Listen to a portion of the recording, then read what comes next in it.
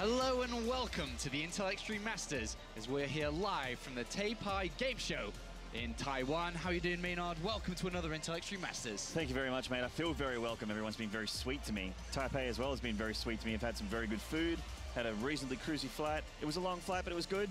Very happy to be here.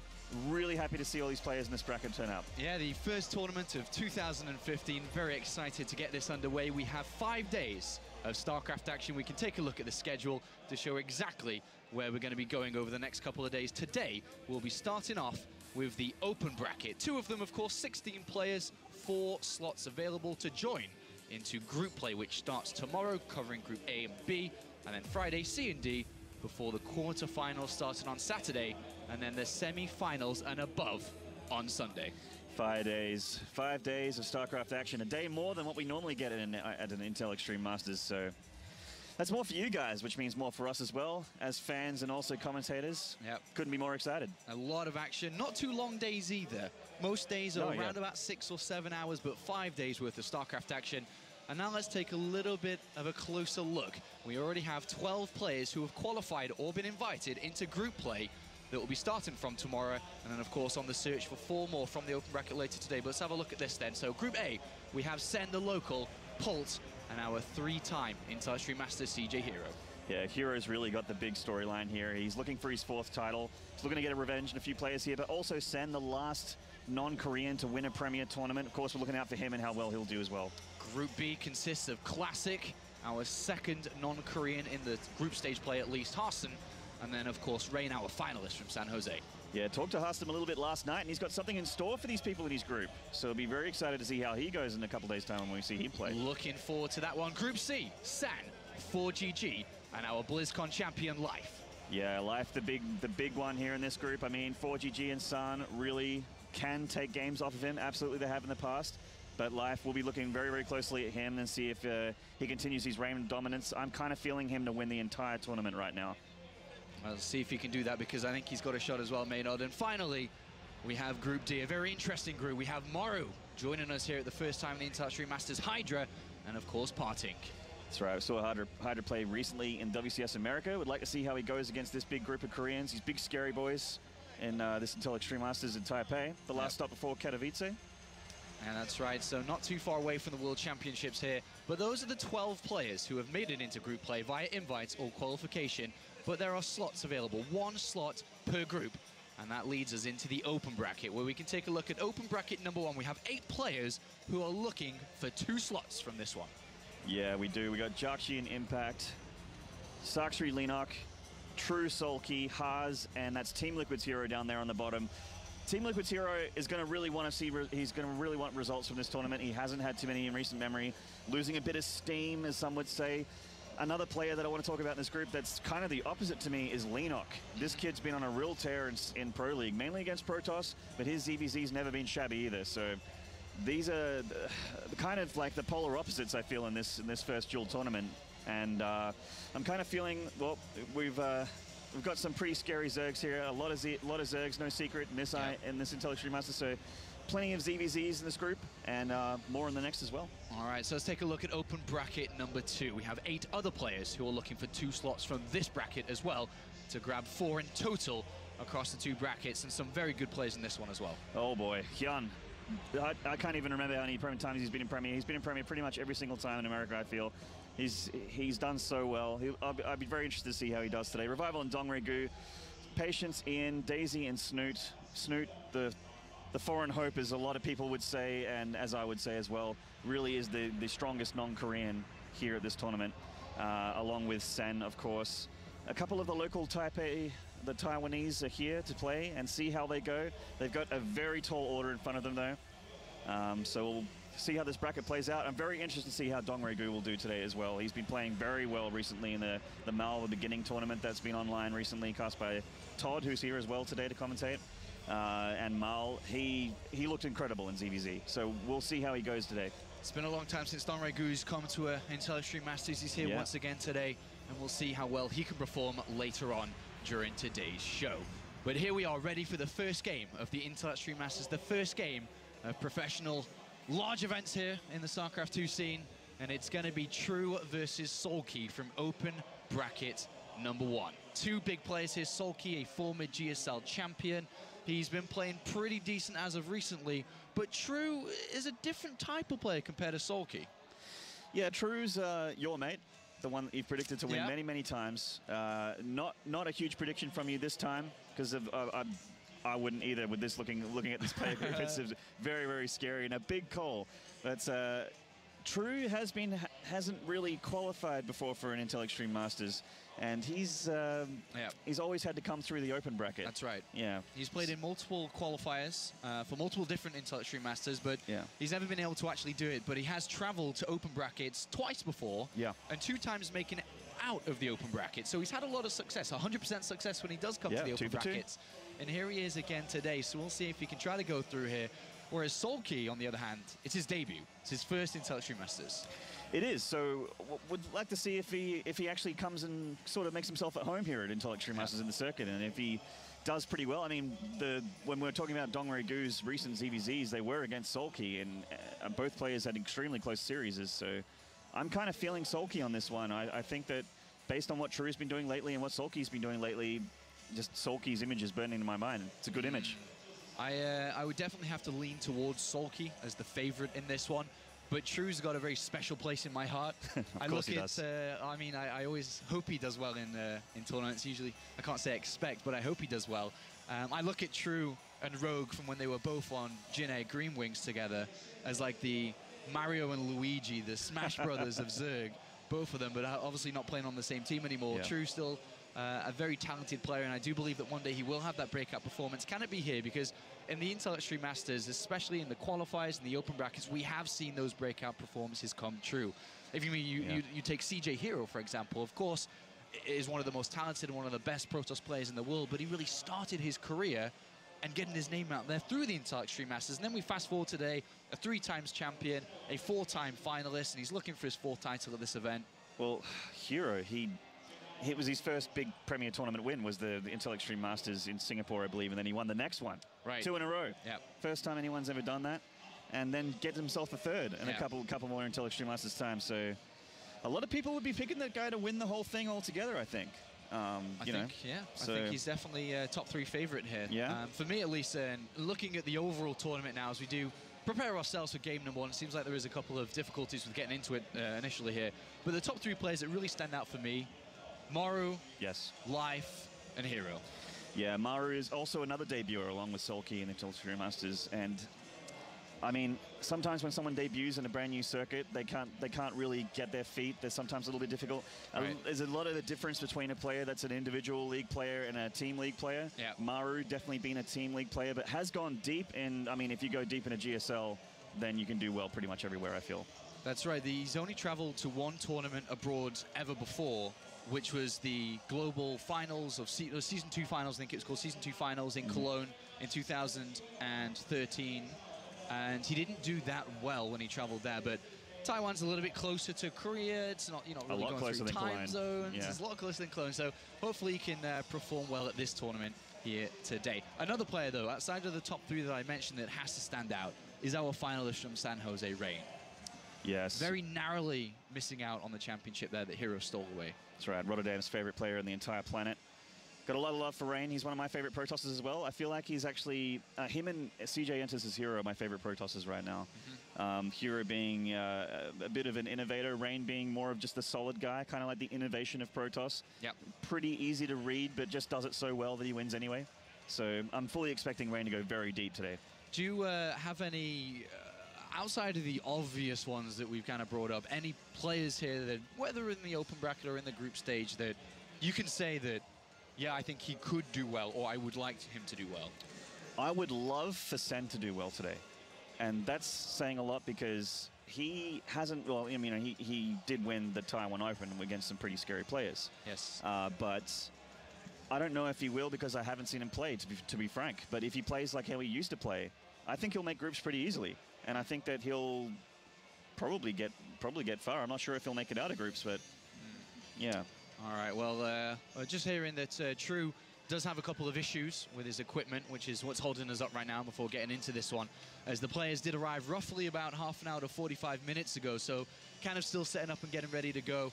Other open bracket games are being played as well. We have Rotterdam and Nathanias covering from a second stream too, so you can always go and have a look and check out that stream to see what's going on over there. But we're going to be trying to cover as many and as much as we can across the 2 streams of open bracket today. And by the end of today's action, we will have 4 players that move on into group play tomorrow, and unfortunately everyone else will be eliminated very early on. Of course, open bracket is where you pay for your own way over, you get your entrance into the tournament, and then it's you give it your best or you're going home. Yeah, everyone here is being, well, most people here are being sent by their team. Some people have actually just paid their own way. So a lot of dedication, a lot of passion out there in the player pool on the other side of the partition here. So yeah, a lot of those guys look very ready. They look very alert and very sharp. So especially because we're so close to Korea, the Koreans have no jet lag like they would say going to some of the other Intel Stream Masters in Europe or anything like that. So they are looking very on point out there, laughing, having a great time. They all look very happy to see each other. Yeah, a lot of them just flown in.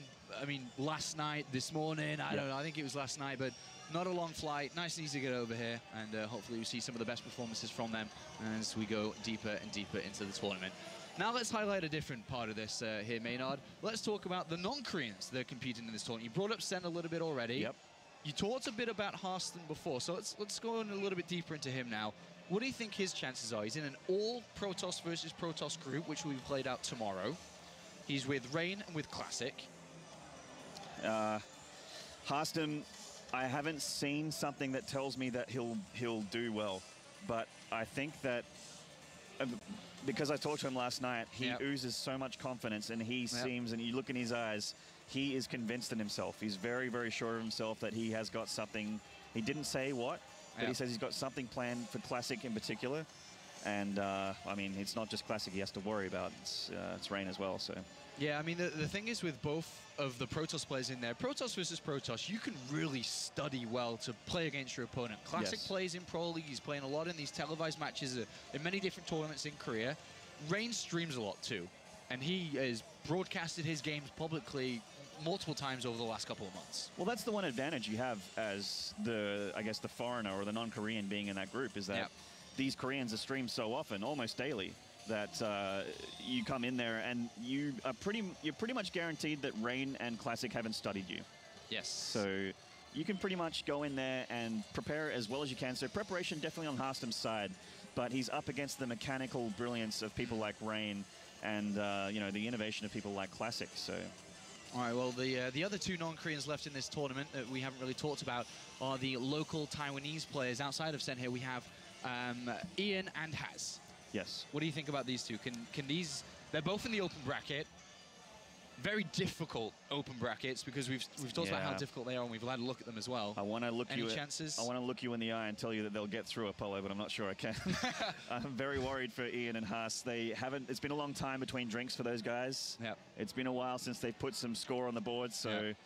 I would love for them to do well. I mean, the thing is, we haven't seen them play for a while. They played in the. They actually played in their local qualifier for WCS, the Hong Kong, sorry, the Taiwan, Hong Kong, and Macau qualifier. But they ended up falling to Sen, who is obviously. I mean, most people would say Sen is the best player from this country. Oh, by far. Yeah, pretty sure by far. Very, very sure by far, and in results as well. He won the Taiwan Open.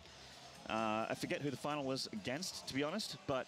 It was a very close series, and he could show that he could beat... I think it was Ian, actually. I think it was. In the final of the Taiwan Open? I think so. I could be wrong, but... Oh, okay, maybe I'm wrong then. Okay. But, I think I'm wrong then. But, yeah, so Sen, the other players being a little bit overshadowed by him today as a Taiwan hopeful, but... They have got a large mountain to climb today. Well, Haas starts his first game of the tournament against Liquid Hero, who has been struggling a lot recently. It's a good start for Haas, I think. It'd be good to see what his skill level's like against someone like Hero. Hero's obviously he's been around as long as Haas has, but used to be that shining light, the beacon of Protoss hope. Then kind of lulled a little bit in his results, struggled a little bit in the tournaments he was in Pro League and that sort of thing. And but Haas would have a lot of opportunity to study him for sure. He's been on stream quite a lot. And Ian's first game in the open brackets against Patience. Who we've seen a lot of in the European scene. And he's traveled over here to compete in this one as well, so Yeah, I would favor patience again, but then again, Ian is an unknown entity to me. I don't know him very well. He's, I mean, I looked at his results a little bit before coming to this tournament, studied up on the players a little bit. Ian did very well in the Macau qualifiers. I think he faced Sen in the final, so he would have gone along with him into Premier. We haven't really, just looking at the open bracket here, a couple of players that we haven't really talked about too much. What do you think of the chances of players like Jackji or Impact or Saxury? Any of these players stand a chance of advancing? I mean, Axiom's Impact, the Axiom boys have all been leveling up very recently. I've been noticing that they're getting better and better and actually looking quite scary when they enter tournaments. A lot of them actually play in my my local sort of oceanic tournaments, Southeast Asian tournaments. You know, Heart and Impact tend to play them, and also Ryung as well. And I mean, Saxury is incredible. I would imagine Saxury probably being the stronger of these players. And who was the other one we were talking about? Jackji. Jackji. It's Dreamhack winner. It's been a long time since he's put a big score on the board as well. So he's one of my favorite Terrans, or has been one of my favorite Terrans for a long time. One of the few Terrans here at this tournament. There's only a handful Terrans here at the Intel Extreme Masters Taipei, but I mean, what a handful. 4GG, Maru, and Jackji as well. It's a big Terran peer group right there. Yeah, Innovation unfortunately cancelled his participation in this tournament, replaced by Classic. Yes, Classic. He's in a reasonably tough group. I mean, Rain probably his scariest person, I would have to say. Harstem, the unknown entity, the Enigma, and then whoever comes in from open bracket as well. Potentially put a screw in the works for Classic's plans here. Well, I don't know what else to tell you guys, as we still have no idea what's going on. Hopefully this game is going to be starting very shortly. Yeah. I have no last information since I told you. But these players, of course, fighting for the $25,000 prize pool, pretty standard across the multiple different tournaments we've had over the last year or so. Yep. And their share of the 4,000 WGCS points, which CJ Hero does lead at the moment, being the #1 seeded player after his win in San Jose. As you'd expect, as rightfully so, as he earned it very handily. You get $750 for winning this Premier tournament, I believe. Yes, correct. And that's quite a lot in the bank. I mean, you get into the round of 4 of these Premier tournaments pretty consistently, and you're looking like you're all set for BlizzCon. Yeah. So, yeah. I'm pretty sure that Hero is going to probably make round of 4 today. I'm very convinced that Hero Life, these big names that we're talking about, are going to be not having too much trouble, but I could definitely see a couple upsets in those groups. There are some players that have the caliber to be able to get some upsets and pull some wins and really make a story for themselves. So. Yeah. All right, well, from what I've heard, the game is finally ready. So we can kick off the Intel Extreme Masters. Thank you very much for bearing with us there, as we did have a bit of a difficulty jumping into it. But it is going to be true versus Soulkey, a Zerg versus Zerg. And I'm sure we're going to see a couple more of those throughout the day as well. Just a few, yes. A lot of Zergs here, I think about 14. And this first CVZ going to be on Catalina. Wow, an interesting start here from the first player. Let's introduce him. This is Soulkey. Oh, sorry, True. Oh my God. Yeah, the overlays there. Yeah, that blue. Confused you there, my friend. That blue color, it got me, mate. It got me, the color. It's all right, first cast of the day, doesn't count. And in the bottom spawn here, this is Soulkey. And it's a 9 pull coming out here from True. Yeah. Starting things aggressive is our D-Pix player. Yeah, and he's taking an extractor as well, so pushing himself to 2 options. Either the very fast bailing nest with the slow Zerglings, or it can be for that Zergling speed. And poor old Soulkey here going for the hatch first. This could potentially be very horrible for Soulkey as this unfolds for True. The gas is going to finish, and he's going to either go very fast bailing nest or, like you said, get that speed. Yeah, the bailing nest is the more likely one of the 2. This amount of Zerglings, yeah, could definitely be either or. I mean, you could hide a bunch of speedlings and just overwhelm your opponent. Soulkey getting gas before pull as well, Apollo. Yeah, he's chosen to delay spawning pull here to get that extractor to look at getting Zergling speed himself pretty early on in the game, but as you can see, this attack's already coming. Unfortunately for Soulkey, he sent his first overlord north, and the second one went left, which means he's getting the very latest, if any, scout at all to this. Everything that could possibly go wrong has gone wrong for Soulkey. He did take the inside of that little pylon in the middle of the map there, so he will see the lings. But what can you do? You can just watch them come to your front door. There's not a whole lot you can do. He could pull the drones. Yeah, he could try and hold the natural hatchery, but he could let it die as well. Minimal chances to hold this at the moment. You've got to have very good drone micro. You've got to you know, run away from those 2 banelings, but will be morphing in a couple of seconds. This is going to be very difficult for Soulkey. He's going to pull a couple lings off and make a couple banelings here, and that's going to make things very rough when you're defending with purely drones. The spawning pool just finishing now, making 8 lings and a queen, and he needs to fight off until these lings finish. But even then, he has to worry about the banelings as well, which are morphing right now on the ramp. And Soulkey's going to try and get rid of them. All right, he's going to go for a surround with the drones. Nice micro so far, bringing up some drones, but these 2 banelings are going to finish. And, he's been careful here. The lings are his only line of defense until that queen comes out. 2 lings trying to look for snipes, but yeah, the queen, she is about 3/4 of the way done. Banelings looking for that mineral line. He's got to avoid these banelings. Yeah, he's actually done pretty well so far, splitting up the drones. He's lost a few, taking pretty decent trades. Oh, the baneling just hit the hatchery there. Misclick from True. Definitely. Now the queen's out. The queen needs to get surrounded ASAP here. Yeah, I mean, the longer things go on, the things get a little bit easier for Soulkey as he gets a couple queens out and more Zerglings out. Oh, a connection there with the banelings, but not too many drone kills. The lings coming to finish him off, though. Is he going to have enough to defend it with the queen? I think he will. Yeah, it's looking like it. He's starting to stabilize here. I feel like that 1 or 2 misclicks here from True have actually cost him this attack. But it's still 3 drones at the end of all of this. Yeah. True is only on 9 himself. So we're in that sort of weird, scrappy situation where both players have done a lot of damage to each other. I mean, Soulkey hasn't done direct damage, but he's done economic damage by holding this attack. Meanwhile, True has only been making Zerglings this game, so... Well, what is True doing now? Is he continuing to build Zerglings? It looks like he is. Yeah, getting speed as well on the way. Yeah. And at this point, with the difference in terms of the income, True simply has more money coming in, therefore can just build more stuff. He doesn't have the queen, therefore doesn't have the same amount of production, but at the end, True realizes, or Soulkey realizes, True will be able to pick up that win. And well, at the end of the day, 2 builds that one is much better versus the one here that we saw from Soulkey. Yeah, well, I mean, I didn't want to say it, but that was a build order win almost when you go for early lings with speed, that 9 pull into speed against someone that goes hatch first, then gas, then pull. Yep. How do you hold that? I mean, that's extremely difficult. I've seen it happen before, but not 9 times out of 10. That's a win for the aggressive player. It is holdable, but it is very, very difficult to do so.